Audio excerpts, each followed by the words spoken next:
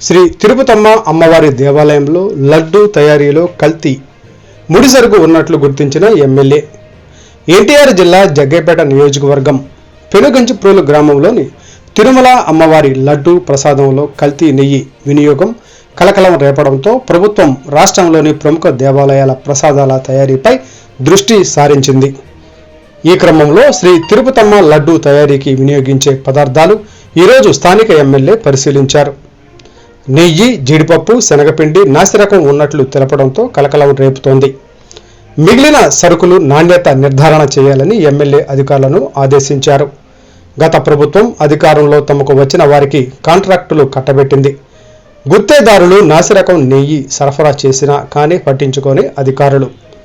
తిరుమల ఘటన బయటపడిన తర్వాత జగ్గైపేట ఎమ్మెల్యే శ్రీరామ్ రాజగోపాల్ తాతయ్య ఈరోజు తనిఖీ చేపట్టారు. నెయ్యి, జీడిపప్పు, శనగపిండి నాసిరకం కొన్నట్లు గుర్తించారు. అమ్మవారి దేవాలయానికి వచ్చే భక్తులలో గందరగోళం మొదలైంది. సుగంధద్రవ్యాలు ఏదైతే ఉందో జీడిపప్పు చూస్తూ ఉంటే క్వాలిటీ అంతగా లేదు, దాంట్లో బ్రోకెన్ శాతం ఎక్కువ ఉంది. కాబట్టి అటువంటి విషయంలో మంచిది భవిష్యత్తులో తీసుకునేటువంటి టెండర్లో నీటాటంలో నాణ్యత కలిగినటువంటి జీడిపప్పు తీసుకోమని చెప్పి ఎక్కడ కూడా నాణ్యతలో ఎటువంటి ఇబ్బంది లేకుండా ఏదైతే డౌట్ వచ్చినా సరే ముందు చెప్పేది ఈవో చెప్పేది నెయ్యి వచ్చినప్పుడు ఖచ్చితంగా స్టేట్ గవర్నమెంట్ సంబంధించిన ల్యాబ్ పంపిస్తారట. ఆ ల్యాబ్ టెస్టింగ్లో ఏమాత్రం తేడా ఉన్నప్పుడు చెక్ చేస్తారు. ఎటువంటి ఇబ్బంది లేకుండా భక్తుల యొక్క మనోభావాలు ఇబ్బంది లేకుండా చేయమని చెప్పాను. భవిష్యత్తులో ఎటువంటి ఇబ్బంది లేకుండా చూసుకునే బాధ్యత మేము తీసుకుంటాం. అది మీరు ఇన్స్ట్రక్షన్ ఇచ్చాం.